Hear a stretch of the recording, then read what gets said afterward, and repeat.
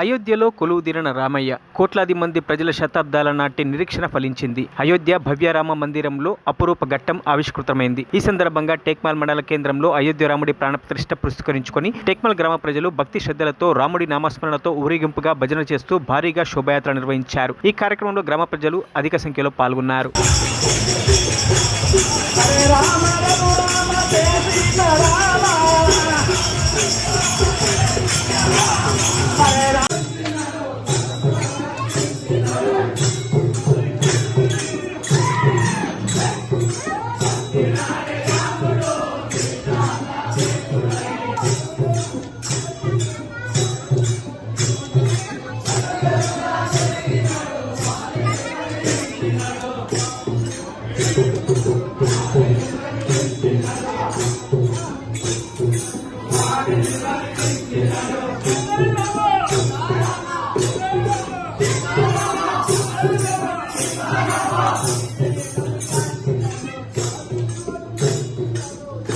మరిన్ని అప్డేట్స్ కోసం మా ఛానల్ని సబ్స్క్రైబ్ చేయండి.